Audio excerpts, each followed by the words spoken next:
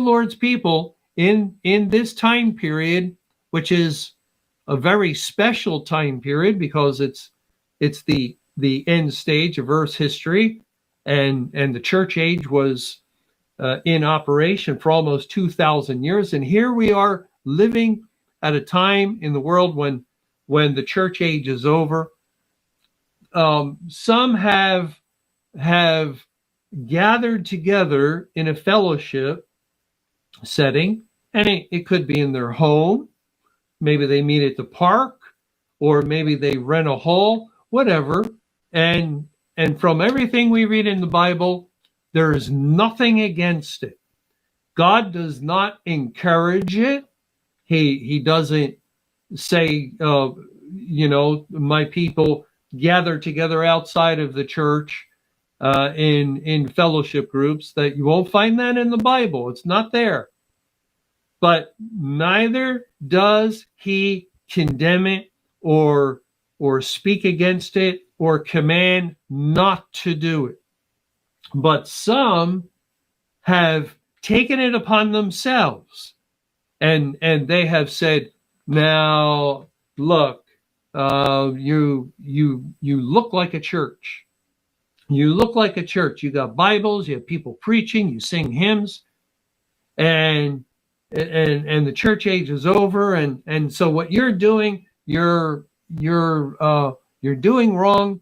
You're acting like a church, and so they are basically trying to lay down a law that you can't do this, you can't do this, you cannot meet together in a fellowship group.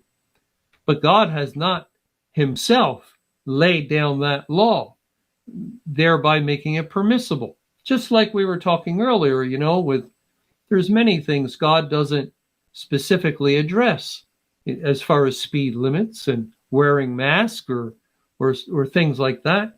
God doesn't specifically address them. So you can do them if the government tells you to do them, and you're in keeping with the law of God.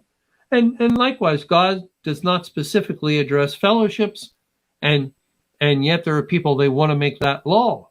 They want to make that law, and they want to say, oh no, you're sinning, you're wrong for attending a fellowship.